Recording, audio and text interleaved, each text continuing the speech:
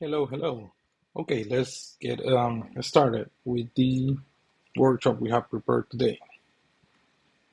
Just let me make this image a bit shorter so we can read the title correctly. All right. So first of all, let me welcome you all again to the workshop. This is the third workshop we have, and we're going to be going over smart contract development today. So I'm going to take a look at the DAO example we have and we use yesterday, and also at the shielded token. That's like a bonus, but that's going to allow us to understand a bit deeper into the contracts, and in a specific because on Midnight the purpose is to use um, shielded tokens, right?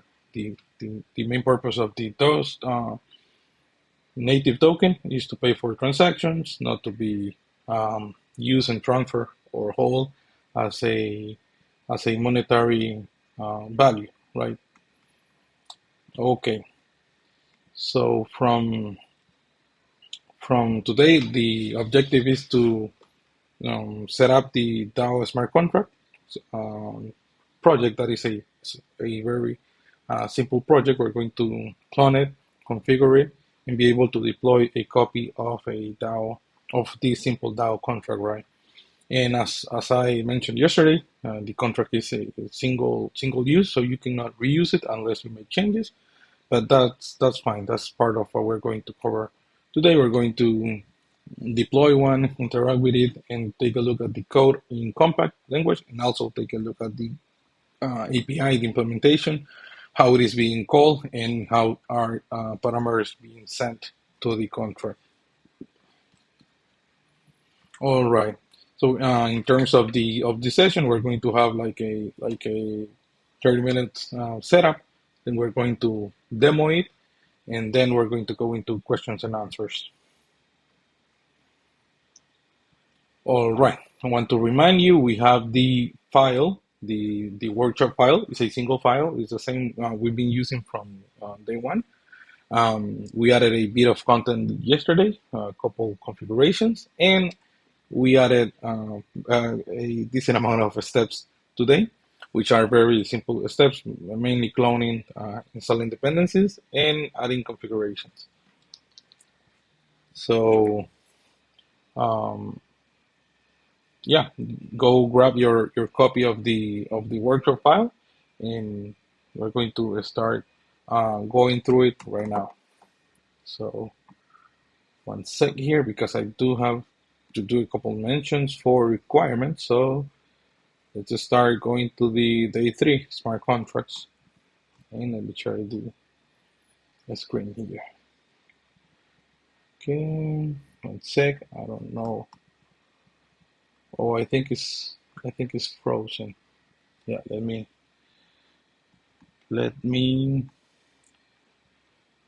edit the content here. Yeah, video capture this one, this one. Let's remove that one. Yeah, my apologies. I think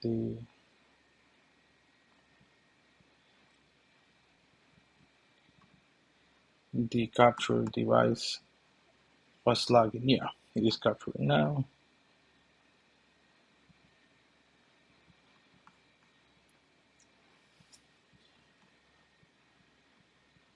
Okay, sorry for having to do this right now, but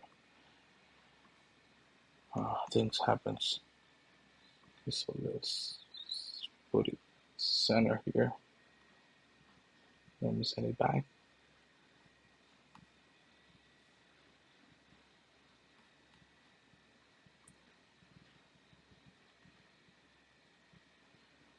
Okay, there we have it. Yeah. Okay. Now we're again in the workshop file. So let's start with the relevant mentions. In this workshop, we're going to be using smart contracts compiled by Compact. So Compact has to be downloaded and installed. I do not have those steps here because they are clearly defined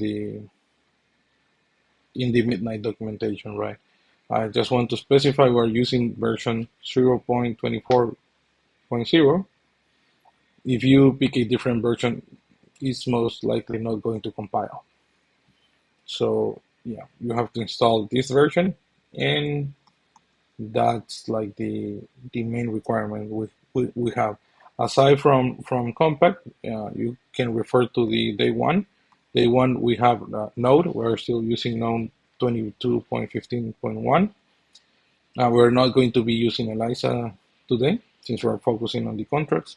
Docker, we're still using the Docker proof server, so definitely keep that one running if you are about to test the smart contract, because we're going to make transactions. Every time we're making transactions on Midnight, we need to have the proof server up and running. It's still using the proof server version 4.00, and we remain with Yarn and Bond, but this time we're going to be using npm. So notice is the only requirement for the contract repository. Okay, so from there we have to go to the repository, and I think that is already public. So let's double check the repository is public. Let me go to this one here. This is the DAO contract.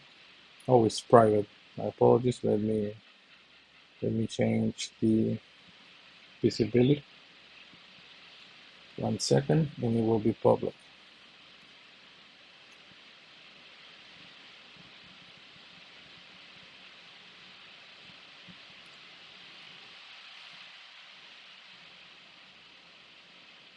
One second, I'm making public the repository.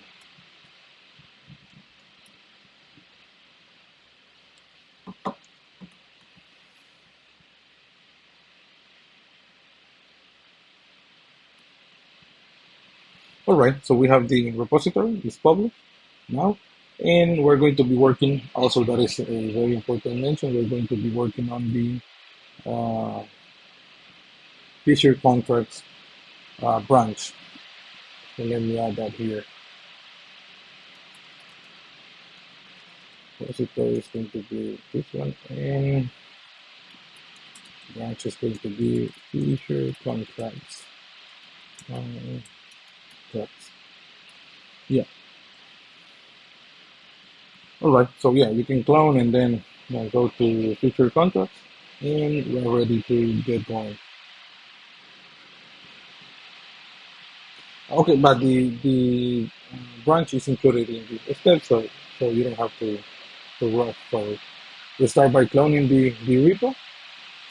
Let's do this live with you. I'm not going to use. I have an existing version of it, but let's do it again.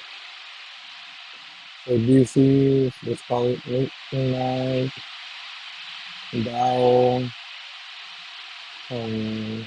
workshop again, similar to what we did yesterday.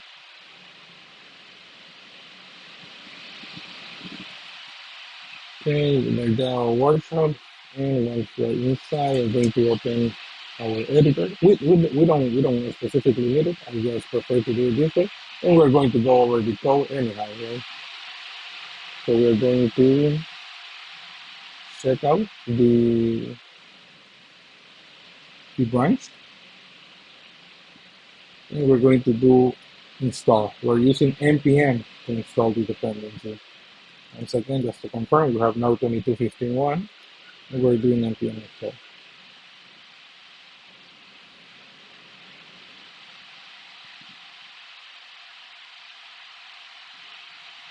All right.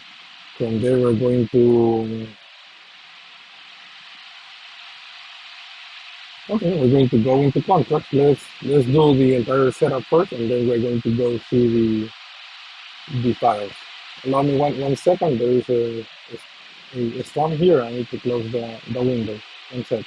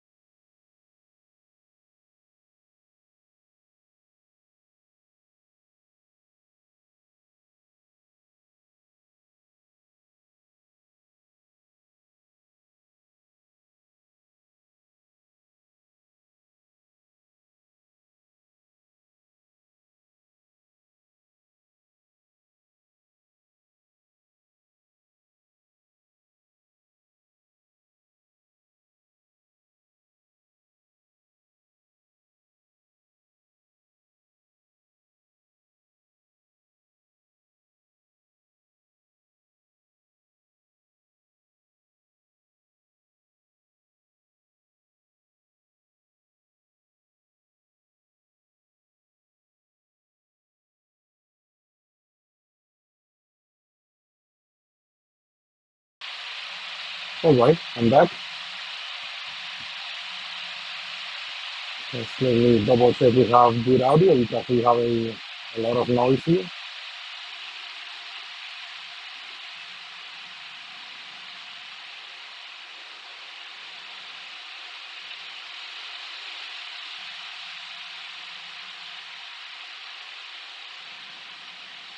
All right, so let's continue. Let's continue. My apologies once again. Um, we're going to do the full setup and then we're going to go over the code. So I'm going into contracts and we're going to run compact. Inside the contracts directory, we don't need to do npm install because there are no dependencies there. If we go check, there are no dependencies. So it's only using the external dependency coming from compact. So we can do run npm run compact, and that's going to run compilation for um, three smart contracts. That's going to do the two shielded tokens in the DAO.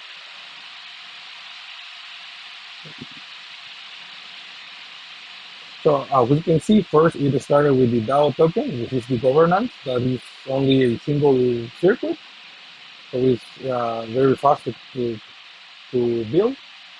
Then it's doing the DAO voting, which is actually working on the DAO smart contract. This is doing six circuits. That is why this takes more time. Also, you can see here it's selecting some k values. This depends on the proof that you need to generate. So when you're running compact the first time and you start compiling a code, that's going to download the required K files, right, in order to generate the proof for said circuit. So you can see simple circuits are using a lesser value, and bigger circuits are using a bigger value of K for the zero knowledge proof.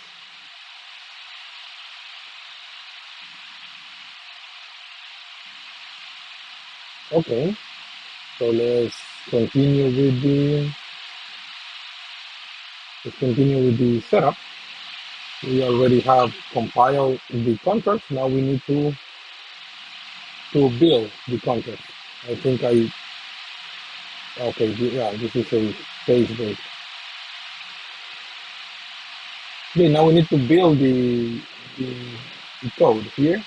So we are still in contract and we're going to do npm run build. And this is just going to move some files from the auto generated in the manage folder into the distribution folder. So once that is done, we can move into the CLI. So we go back one folder and then we go into CLI. And in here, we need to install dependencies. This is a single dependency. The contracts directory is defined as a dependency. You can see here we have the Midnight Workshop DAO contract. That is the name of the contract, the directory, and that is the one being summoned by the CLI. The CLI is summoning the sibling folder, right? So we need to do npm install, and then we need to do build. So in the CLI, we're on npm run build too, and that is going to build a couple things, mostly TypeScript stuff. And from there, we are ready to run the code. But prior to running it, because running it is actually the demo, let's go and take a look. Because right now we can confirm that everything in the code install and compile without issues. So we can take a good look at these smart contracts and then execute the demo. Okay, so what do we have here in terms of the structure for the for the DAO contracts. This is a copy of the midnight counter example. So this is coming from that repository, and we have made some changes. So mainly focus on naming the workspaces and the projects, right?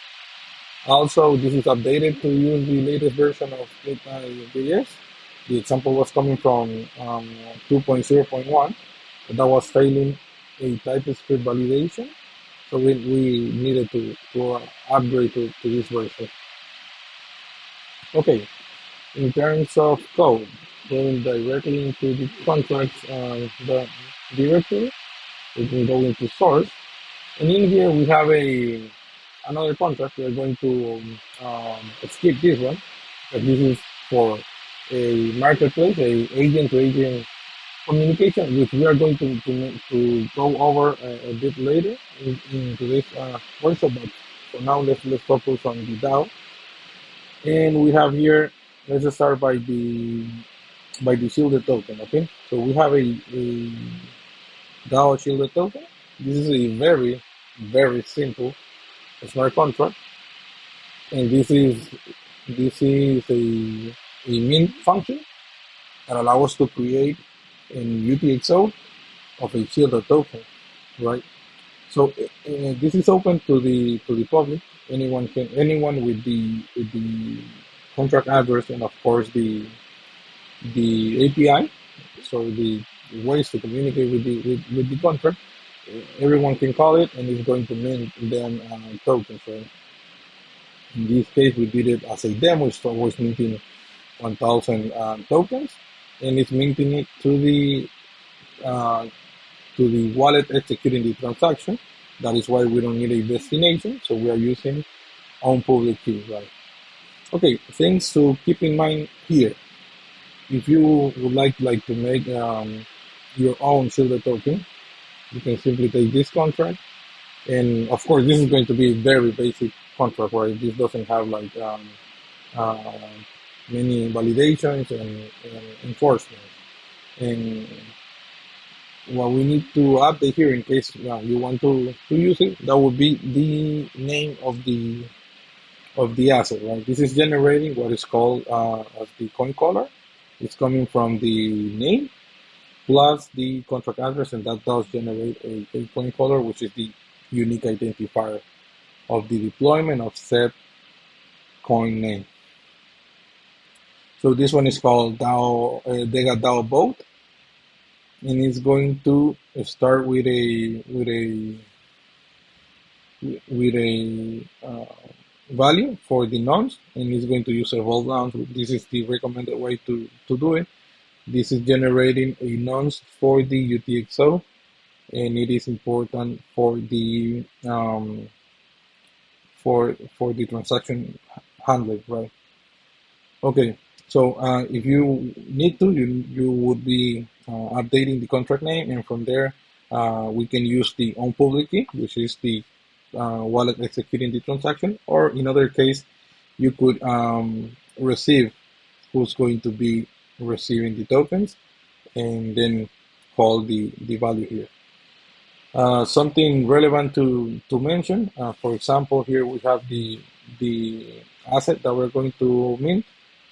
We're talking now about the mint token function. The mint token function is native from Compact Standard Library, and it does accept here the name we're adding to the token. Then we have the amount. Then we have the nonce. As I said, this is using the recommended way to do nonce. And then we have who's going to receive the tokens. And it's very explicit here. We're using left of the person executing the transaction, and the contract. We're using the left selection of it, and we are declaring the value here. In some cases, if you're going to, we're going to see that in the other contract. If you're making a deposit, that would be right. So we are selecting the contract, and we will need to send the the self value of the contract that is present in the other example. All right, so this is, as I said, very simple and is minting 1,000 tokens to the person calling the function. We have a similar code for the funding. I decided to make two of them just to add the definition that we can do, like our custom logic in the NSA contract. What we're doing here is using the native mint, but aside from that, we can add our custom logic to the contract, right? So this one is doing almost exactly the same, but when I make the deployment, I'm defining who is the admin of this contract. So when I make the deployment, I'm stating that a hash, because we are obfuscating who is the real owner, right? So it's not publicly known who is the owner, but the value is stored on chain, and it has to be verified in order to bypass, or not to bypass, in order to fulfill the validation. So in deployment of the funding token, this is a contract made so only the deployer or the owner can mint tokens, right? So in deployment, I'm stating a persistent hash, and I'm selecting the hashes created from a vector of two, of an array of two of byte 32. So the first one is an identifier. This is also known as a domain. And, technically it can be whatever. This is not any secret wording. You can add whatever you want to add there. But yeah, in this case, I'm adding admin hyphen minter, right? And I'm stating the person making the deployment is going to be included in this persistent hash. So the private key is needed in order to create the proof that is going to match this validation. Okay, and I'm extracting the bytes of the public key, right? So I'm not using the entire object, using just the bytes. Once again, storing the public ledger, because this is admin is storing the public ledger. Here we're storing a representation, or a representation of who's the domain plus the byte, but it's not attainable, and you cannot reverse into knowing who is the admin from the hashing. So now going into the mint function, we are generating once again here the admin hash, or the intention of proving you are the admin. And this circuit is running on the personal computer or the client computer, broadcasting the mint transaction. So in case we do mint, in our private state, we have our key, our owner public key, and it's going to extract the byte, and it's going to replicate this process. So only if I am the owner, I will generate the same hash. If not, the hash is not going to be the same, and therefore the assertion would fail, and you would not be able to mint tokens. From there, everything is the same. We increase the counter, and we evolve the nonce. Then we do the amount. Once again, the amount could be a param of the mint circuit, also the destination, right? In this case, Solve is also doing the minting for the own user making the transaction.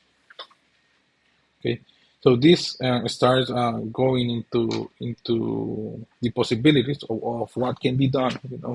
Like probably we can have hashes. It could be like a permission minting. So the admin could generate a hash in doing a bigger a persistent hash of a bigger vector, right?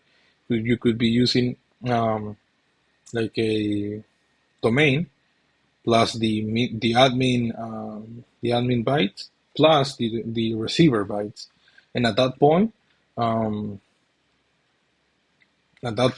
you would be generating a permission minting, right?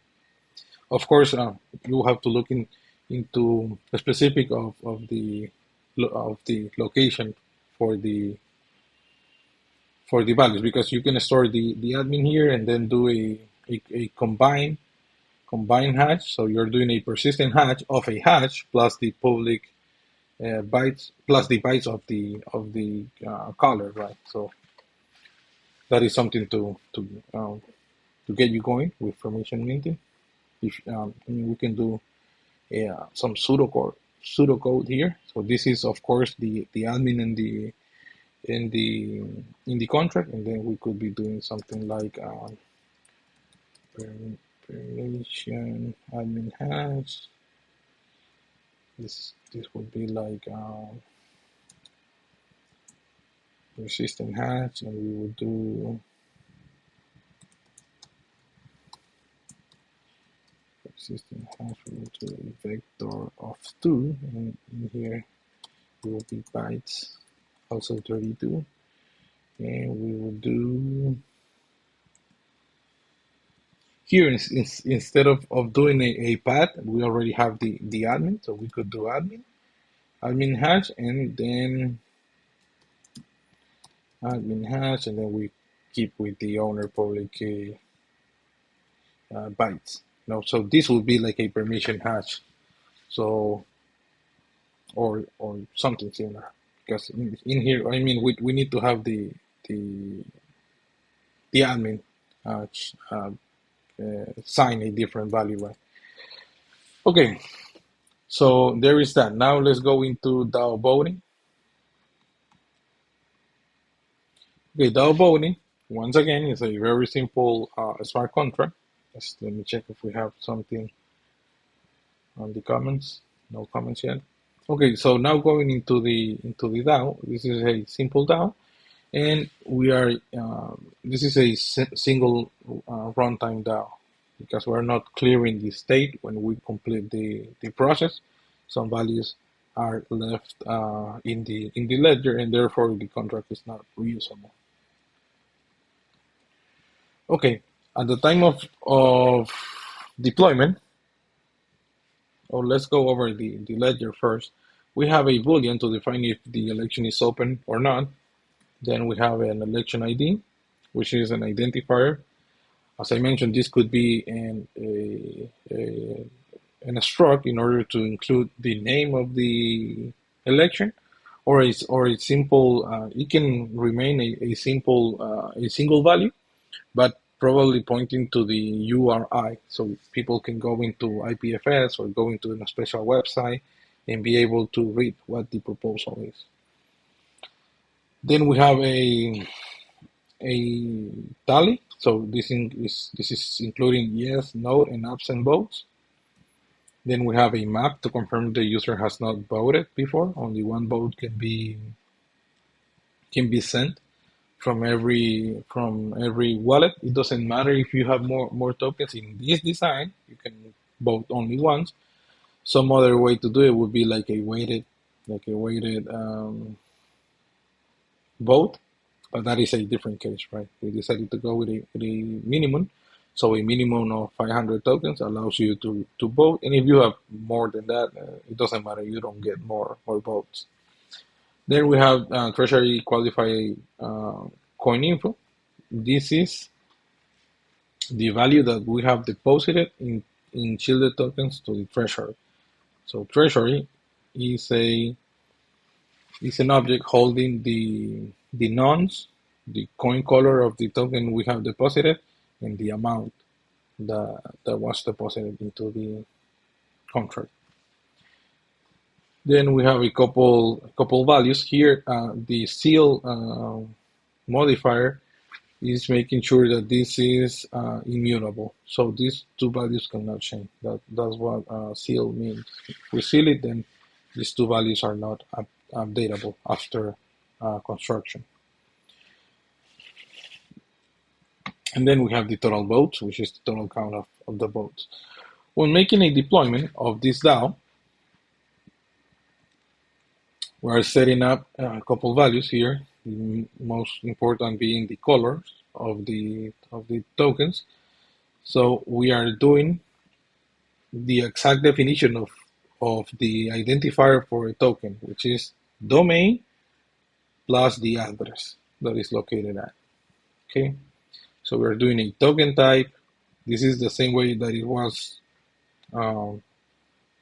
created. The name in here, the domain has to be the one used on creation here.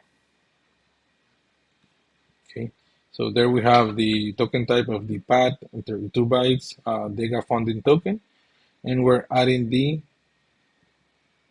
deployment address of the contract. So first you will have to deploy the two tokens, and then you will need those values to be brought into the deployment of the DAO.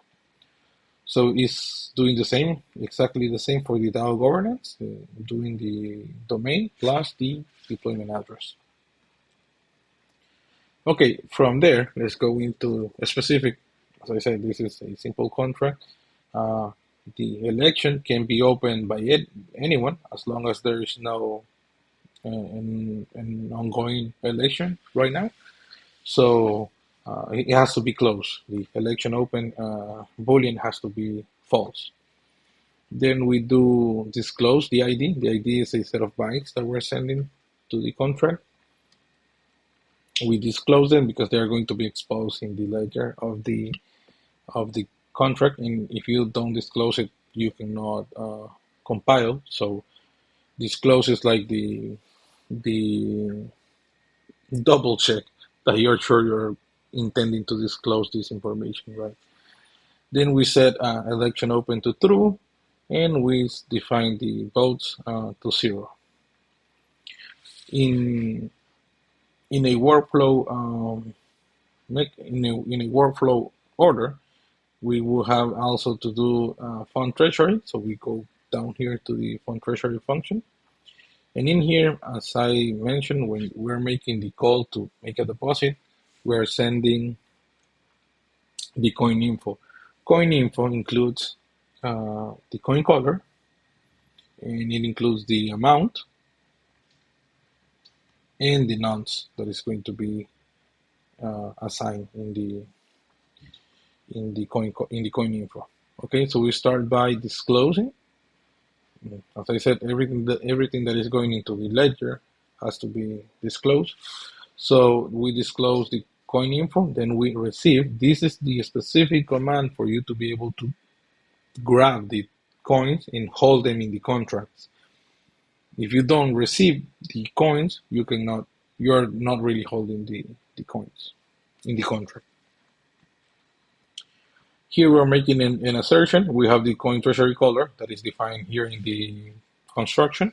So if we try to send some other token, it's not going to work because the coin color from the deposit has to be the same that we define here in the contract. So this is a validation to allow the treasury to be single coin info. You cannot do multiple unless you remove this condition, right? And as I said, we're using treasury. This is holding the current balance of the DAO, and we're writing the coin. Write coin is the method to store this received coin into the qualified coin info. This is the qualified coin info type, and we're writing coins. Here is the received coin already disclosed, so it's public and accessible.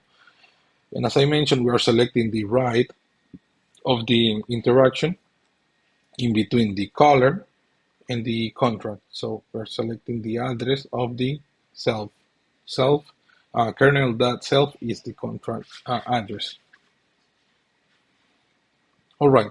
So if we have an election and we have funds at this time, we could read the ledger. The ledger, you can see here, we don't have view functions, the equivalent to view functions, because they are public in the ledger, right? So that is why it's so important to know that once something is stored in the ledger, it's publicly accessible. And even if it's not exported, that means it's not part of the API of the contract, but it is still visible. It would not be easily accessible because you wouldn't just query the state and it be in there, but the data would be in the public ledger, and you could read it and format it until you find what you're looking for. So everything in the ledger is public. That's why when we need something like the validation of the admin hash, we're storing a hash, not the real value. We cannot store the real value there because that would be like storing the public key, the private key in the ledger. Okay, so at this point, we will be casting a vote. So let's take a look at the cast vote function. Cast vote is receiving two values. First one being the vote. Of course, this is using a ternary condition, 0, 1, and 2. It's not using a string to define the value. That is only that is the outer layer of the integration that is converting the yes or no or absent into numbers. Okay, so we're doing a couple validations first. We're confirming that election is open. Also, we're confirming that we have a value equal or under 2, so we cannot send other votes that are not valid. And we're sending coins. Why we have coin info? We have coin info because we are, once again, I remind, we are doing a 500 minimum value to be able to vote. So this coin info is the DAO voting token, right? So coin info has the tokens that I need to be able to vote. In here, we repeat something similar to the treasury. We disclose the coins when we are receiving. Then we have to receive the coins, that is accepting the coins into the contract. And then we do validations.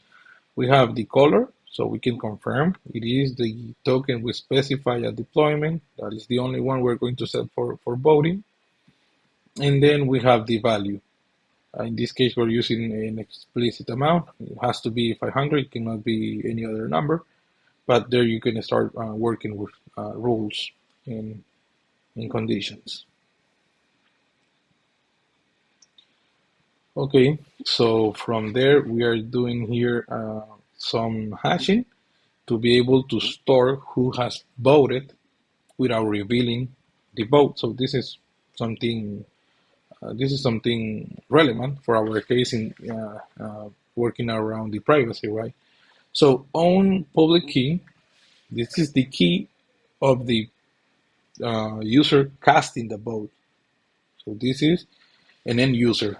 So we can call it here cswap public key. We're extracting the bytes once again, and I'm doing this in order just for it to be visible because you can directly call on public key that bytes and store it directly into the hash. But we're doing this in order for us to be clear where the values are coming from. So on public key, then we extract the bytes, then we do a hash. We are definitely not doing, not storing the direct value into the ledger. And once again, hashes can be a composite of a vector, right? You can do vector, you can add a domain to this and everything. This is the speed route for it, right? Once we have the hash is no longer linkable to the origin. So the hash we can disclose, and I have a story here as disclose swap public key hash, and at this point I can validate if it already exists in the hash voted. Hash voted is a map, so we can already confirm if this hash is already a member of the map or not.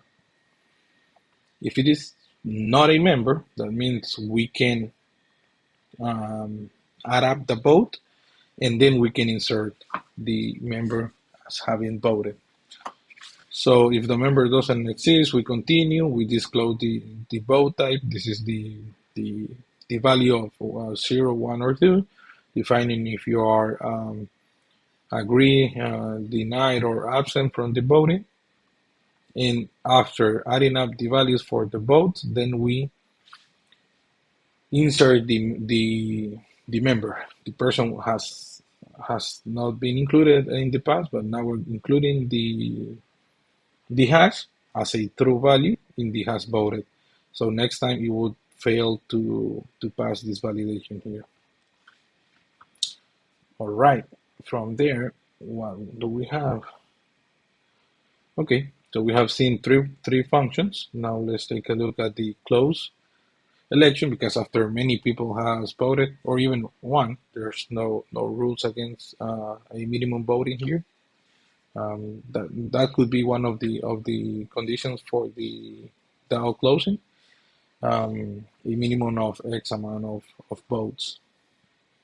But right now we don't have any condition aside from the election being open.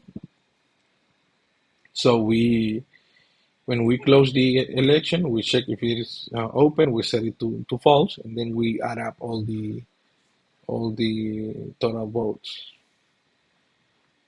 Okay, and after the election being closed, then we have only two other functions. One is a testing function. As I said, this is for me to be able to withdraw the funds without any condition. So no matter what, at the end of my test, I was able to claim back the tokens, but this is not a real use case. So let's take a look at the payout approved proposal. In this case, we're not receiving any parameters neither. We need to confirm that the election is closed, right? So the election has to be closed. And after that, we need to confirm that the no votes are less than yes votes. So that means it is approved. And at that point, the Treasury, if we recall, Treasury is the qualified coin info. And we're sending those tokens that we receive. We're not making any changes to it. We receive them here. We're writing them to the contract.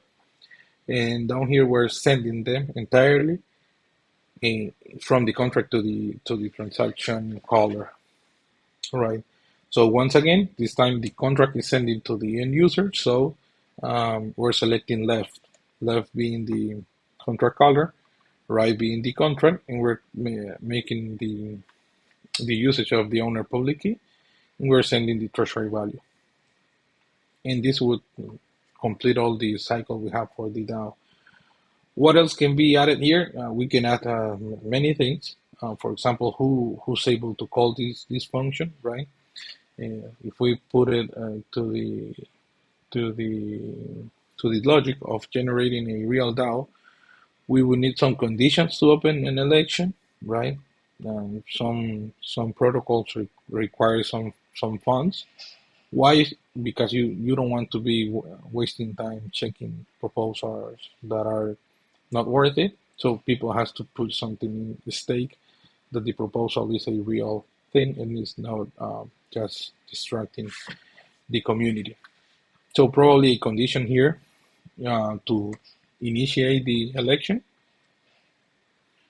From there, when making the election, defining who's going to receive the tokens, even though it has to be obfuscated, right? So you would not define the public key directly into the ledger. You would do a hash with the public key into the ledger and disclose some stuff like selecting at that time, selecting I want to make this proposal, as I mentioned in the beginning, with a URI, so we can point to a IPFS or a website with the proposal.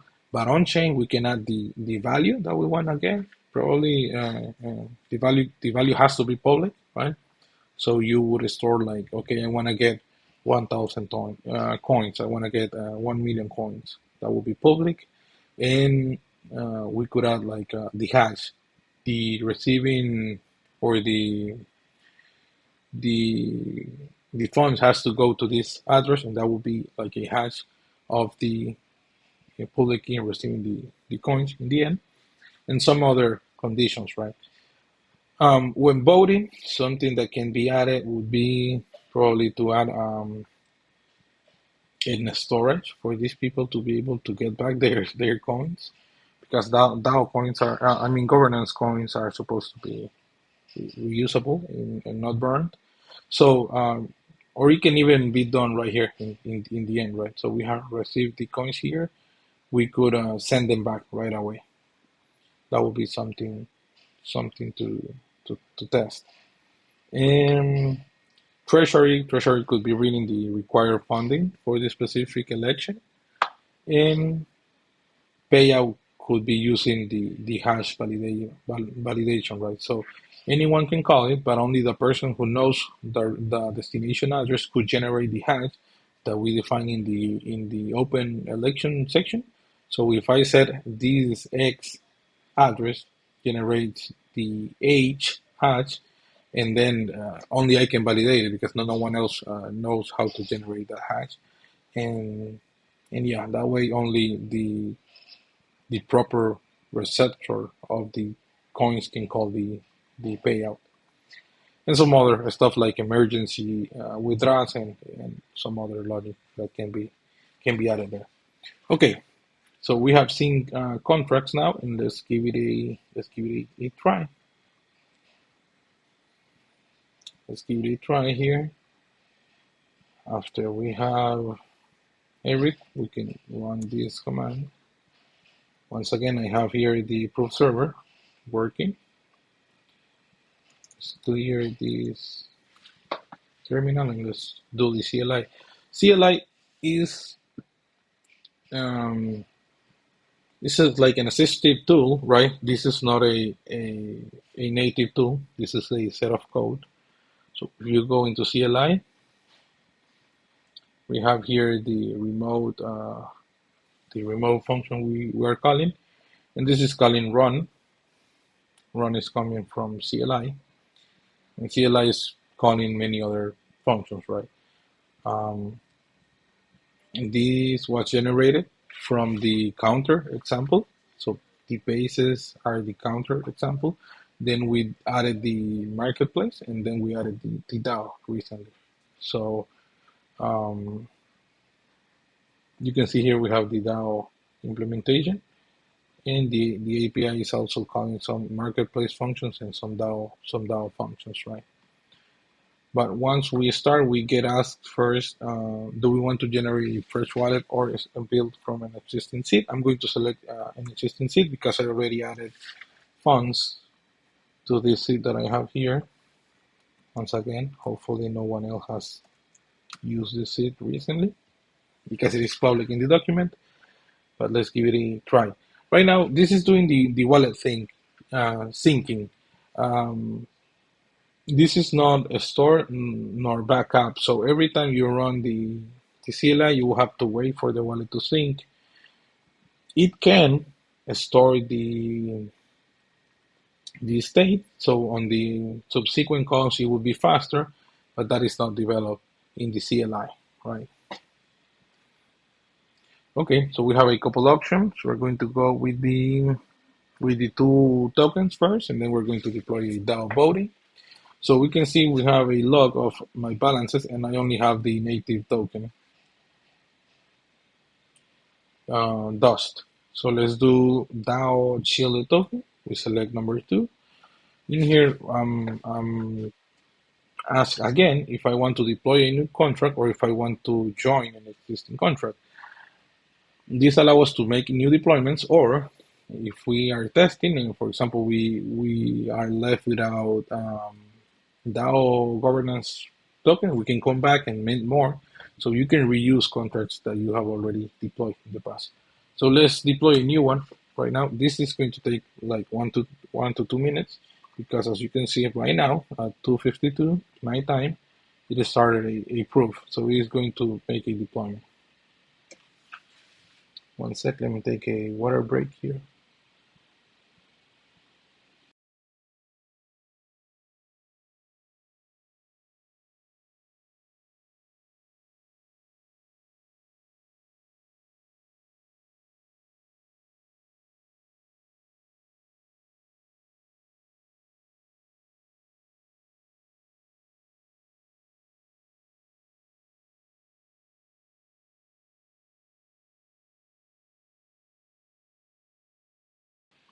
And we're going to have time for the questions in a minute, right after the demo. We're going to have some discussions. Okay, go back to the contract. It was deployed, it was generated, the proof was generated here, and then was deployed. So we have the contract address. We can store this one. Let's just do a new file here. And now, at the same time, I have deployed and I'm ready to interact with it, so I don't have to go back and join the contract. Right? At the time of deployment, I can interact directly with it. So as you can see in the first log, I don't have any coin, but now I can do mint tokens. This is going to mint DAO tokens to myself. And once again, every single transaction is generating a new proof. This is the entire logic behind Midnight, proving with zero knowledge. So let's give it a minute.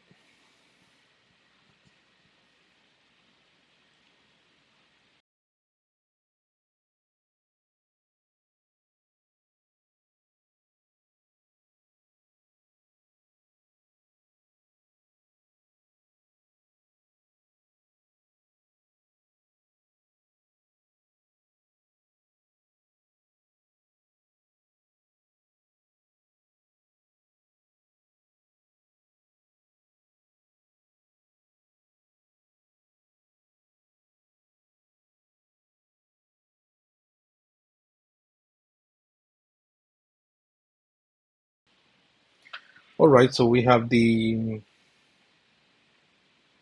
mint. We can see that we read the transaction and we read the block height, and we have minted 1,000 DAO voting tokens. What we can do right now is, we can display the contract state, but that doesn't have anything. So let's log the token balance. That's number 3. And there we can see my wallet ledger. It has nothing to do with the contract. This is the wallet um, tokens and the shielded token. So the first one is the native, the dust, and the second one, this is the coin color of the token generated by the domain plus the deployment address. So you can see the contract was deployed here and it's sending in 4084. That's not the same value we have here. The token, for sake of understanding, the token ID is not the contract deployment address. Contract deployment address is just that, the location of the contract. But the token is called coin color, is created by the domain plus the contract address. All right, so now we can, I could send tokens to someone else or anything, but we're not going to test that. Let's do a deployment of the funding token, which is very similar, but the funding only allows the deployer to mint. So let's give it a minute.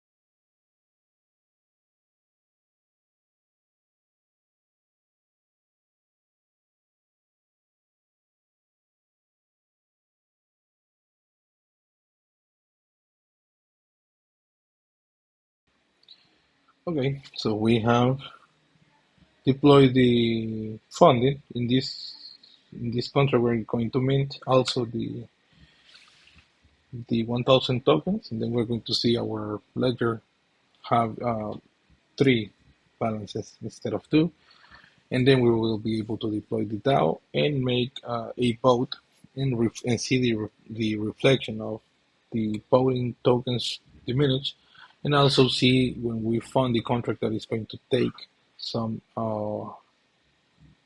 funding token from my balance. So I need to store the second address. This is the funding. Let's give the names. This is gov and this is funding. Okay, so I have the minting tokens. I have minted the funding tokens. Then I go to number 4. Go back to the main menu and I go into number 4, DAO voting. In here, I'm going to select number 1, which is deployment. And this is requesting the funding contract address. So funding is this one. And then it's requesting the governance, and it's this one. Why do we have these two inputs? Once again, if we go back to the contracts, that is part of the constructor. So we need to send those two values in the deployment. And if we go into the CLI,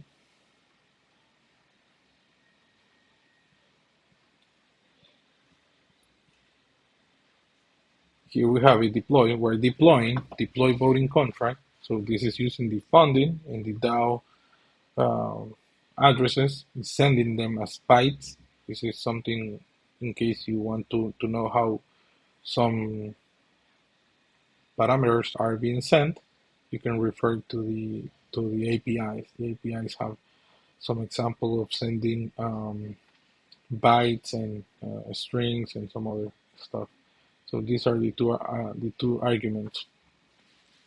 Okay, so we go ahead and deploy the voting contract.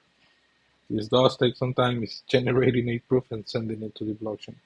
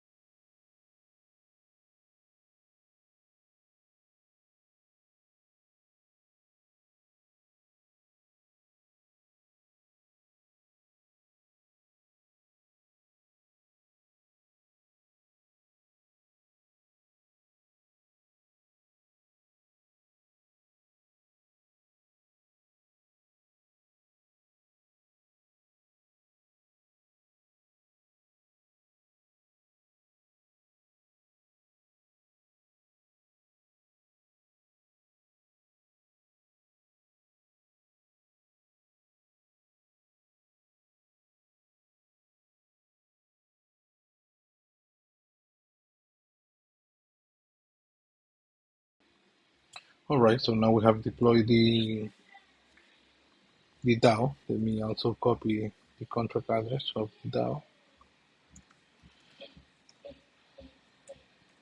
Okay, so now in here we have multiple options. We have 6 functions, and the other 2 are reading the complete state of the contract. Another one is reading only the election status. So if we go into election status, which is number 7, we're going to see election is false, election ID is 0, and all the votes are 0. If we go into display current contract state, that is important to us, number 6, we can see some other or some extra information. We're reading not only the election, but also the coins stored in the treasury. So the treasury value is initiated by 0, and it doesn't have any color nor nonce. And yeah, we are reading the coin color for the vote just as a confirmation for us in development. Okay, now let's do fund. Let's fund the treasury. This is going to take 100 coins from the funding balance. So let's do number 4, fund treasury. And it's going to request me the funding address. Once again, this is the way we did it in the CLI, but you can like automate so it doesn't require that many inputs. Probably do a single run when you deploy something. It's stored in the memory and then when needed it can be pulled automatically instead of having to input the value. Again, I did it this way because I needed to the reassurance that I'm using the proper value.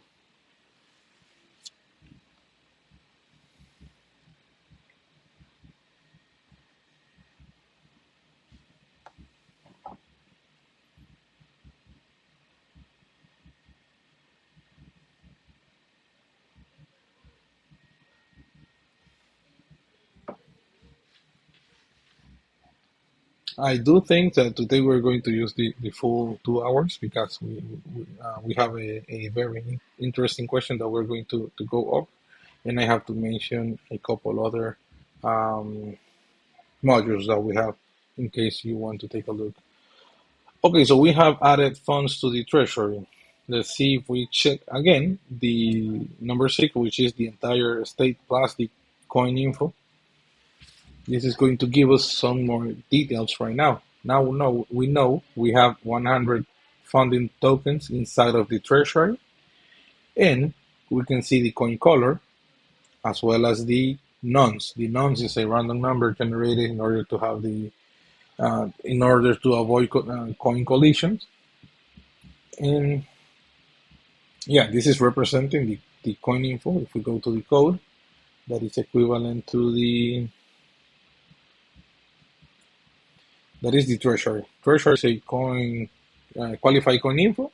This is this information here, and it was written in the font. We wrote to the treasury the color. I mean everything that is coming in the coin info, which is color, amount, and nonce. So these are the values that we wrote there. Now we can let's start moving faster. So we are going to open an election ID. This is accepting a like any string value. So we're going to use DIP, which stands for Synthetic Improvement Proposal, number 1. And as I said, at that point you can add multiple requirements, not a single ID, probably name, um, URI for the entire description, how many funds do you want to get, and who's going to be receiving the funds after everything is approved.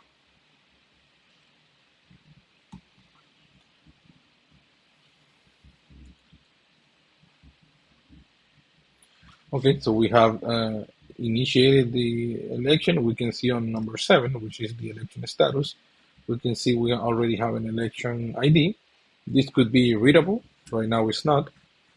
We're going to do some tweaking in the API in order to see if we can get it to be readable in a second.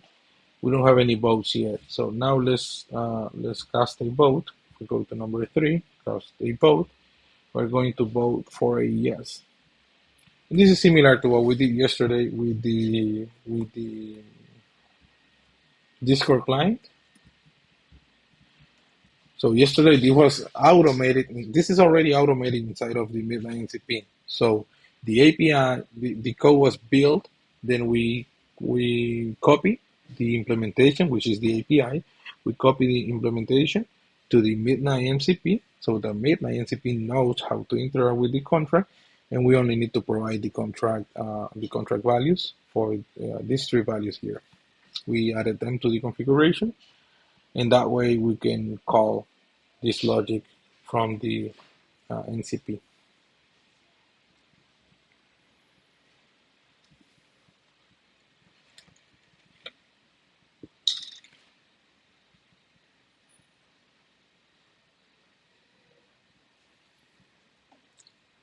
All right, so now we have voted yes. Let's read once again the election status, and we can see we have a name or an ID for the election. Now we have a 1 vote to yes, and yeah, we can move forward. Let's close it. Let's close the election, and then we can withdraw the. I mean, prior to withdrawing funds, I'm going back and I'm going to log the balance, and then we're coming back here to withdraw the funds.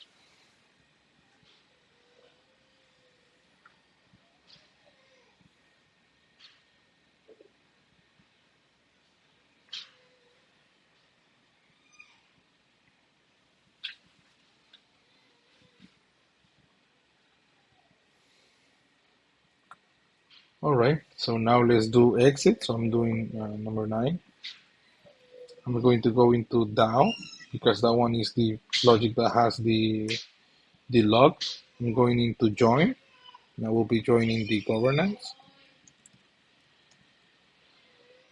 Now in the governance, I can do log balance. So I do number 3. And there we have it. What do we have here? First one being the native coins. That is the dust. I have like 1,000 minus a couple units that I have used for transaction gas. Second one is the funding. It does have 900 tokens in it because I minted 1,000 and I sent 100 to the funding. So the 100 are inside of the contract right now. And the last one is the governance. I minted 1,000 and my single vote goes 500, so I have 500 left. Now let's do exit and let's go back to 4, the DAO. Now we're going to join, so I'm selecting number 2. I will be joining this DAO here. Wait one sec. What is the DAO voting contract? Yeah, and then it's going to, yeah, I have access to the contract now. Let's do now display the current state. We have one vote. Let's close it. So let's do number 5. This is the payout.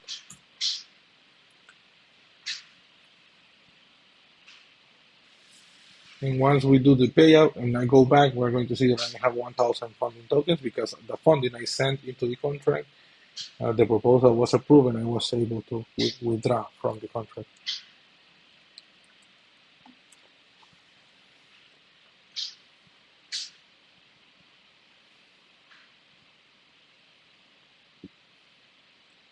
Oh, something to mention also, now that I was able to call the payout, this is because the open is set to false.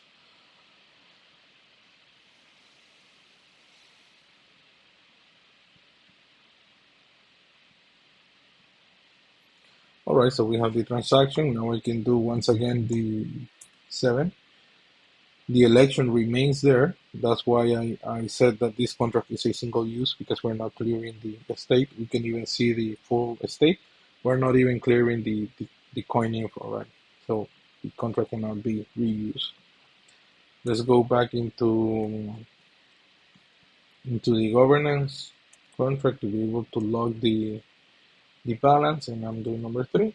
And now I have 1,000 tokens again of the funding because we sent 100 into the DAO.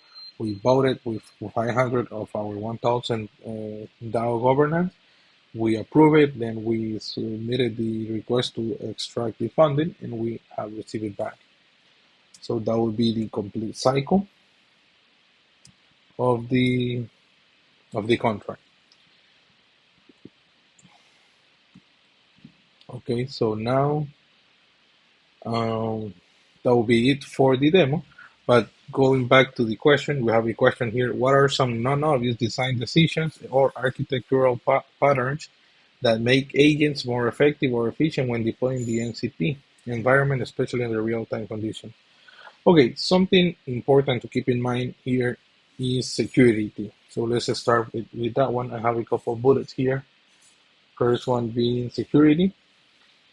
So the way we set it up, right? We have the proof server. Proof server is intended to be personal. Why? Because you're sending your keys there. Your keys are not leaving your machine, but they are leaving your wallet and going into your proof server. So by no means use a public proof server. That will be basically phishing or scamming. And don't offer it neither, right?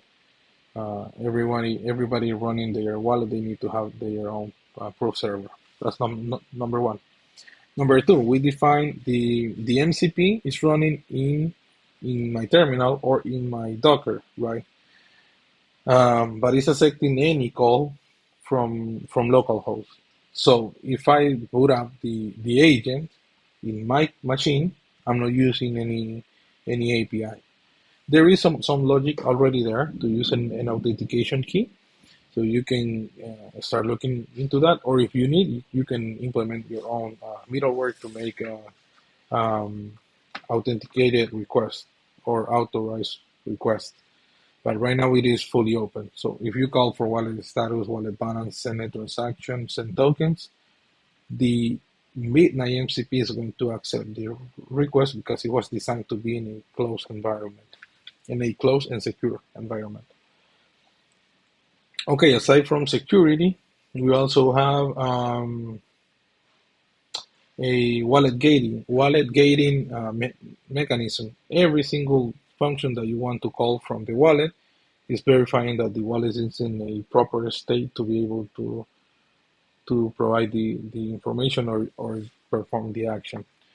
This is with the intention to prevent you from booting or doing a cold start of the wallet and trying to make a transaction in the wallet having all their state or not being fully synced. Also, let me check here. Resilience. We do have another mechanism because the wallet is connected to multiple services. It's connected to the wallet is connected to the indexer, and the wallet is connected to the node. So there might be some instances that the connection drops, and therefore we have a resilience mechanism that is attempting to reconnect every time we fail. It's going to attempt to reconnect, and all of that is being logged. That is stored in the log file that I present in the workshop one. So you can see all the attempts to reconnect there. Okay. What else would I?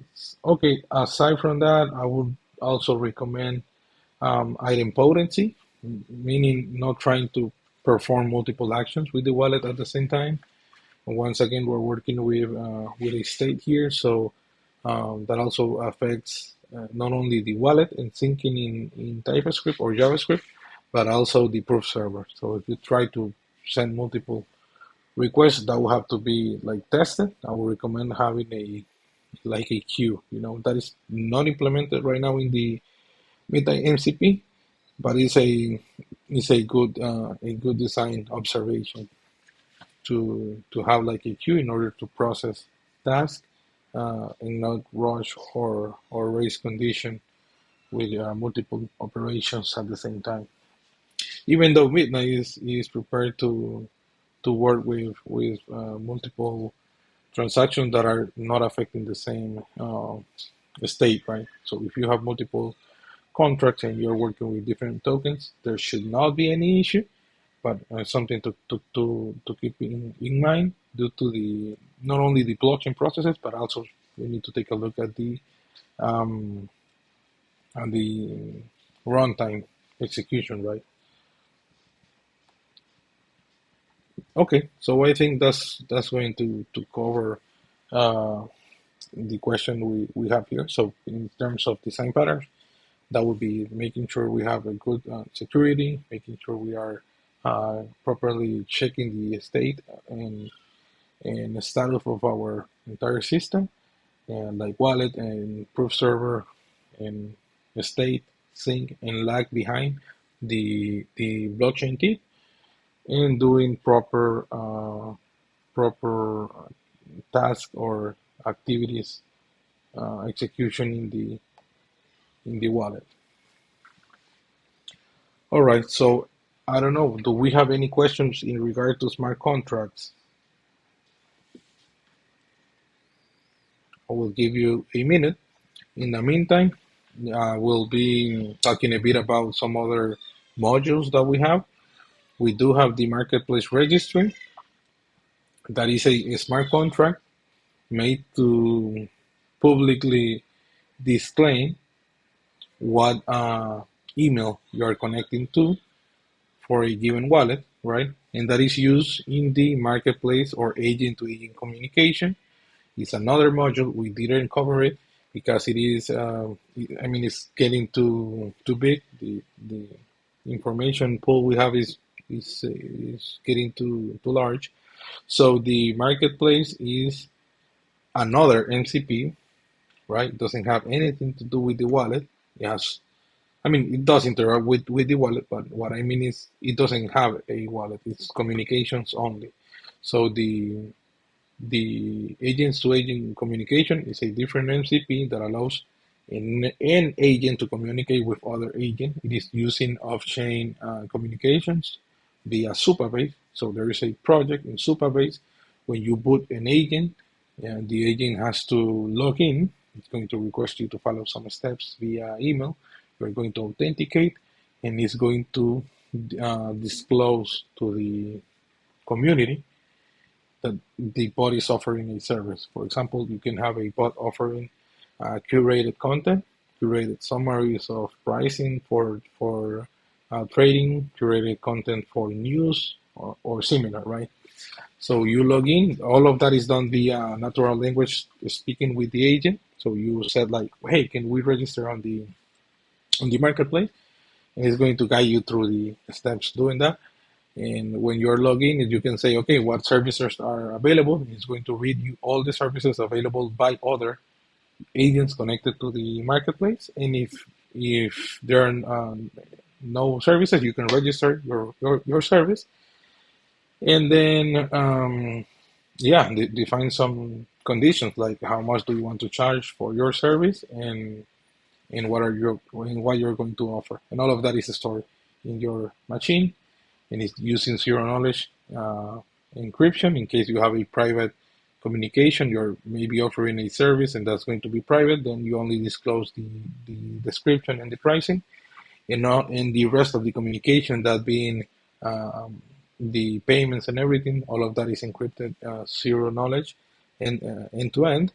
And the agents communicate and pay each. They are automated, so they pay each other, right? So if you said, okay, from the listed services, I want to hire this service, your agent is going to start the process and it's going to notify the other agent that, hey, I want to hire your services, going to send funds, and it's going to await for the response.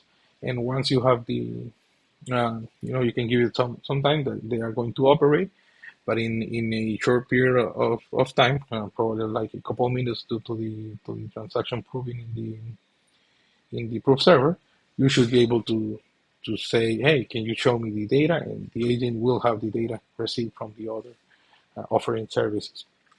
So that code is open source too, and that is available in its working code. And it does connect with the agent, and it does connect with the Midnight MCP for a single purpose, that is to confirm the contract registration, right? So we know we're talking with the proper owner and we're sending funds to the correct address, right? So there is a match in between the off-chain registration and the on-chain smart contract. And yeah, aside from that will be what I have in terms of modules and the workshop. But I really want to go back again over the summary, right? So we took a look at the DAO smart contract. We checked the shielded tokens. We talked about requirements and validations on the contracts, and also we went over the CLI, how we can interact with the contract, make deployments and tests from the CLI. And from there, we have to remind you that we have the document, right? The follow-up document is going to remain public. The repositories are public. If you have any issues, don't hesitate to join us at the Discord channel and request assistance. So I also have to remind you that this is the last workshop, but it doesn't mean we are leaving you hanging dry. So you can join Discord at any time and we can chat over there. Let me remind you that we have the hackathon coming next week. That is from Monday through the entire of the next week. You're going to be able to develop a solution for the hackathon, and don't hesitate to join Discord if you have any questions. If you want to team up with someone else, yeah, you can join the community and start asking around if someone is needing a person, an extra assistance for the hackathon, right? Let me remind you, we have great prices there. The third place is $1,000, second place is $2,000, and the first place is $5,000. And you have the entire next week for the hackathon, and of course our assistance and our communications in Discord. So that will be it for today's workshop. I will leave the the outro, and then hopefully we can chat in Discord the upcoming week. Have a good day.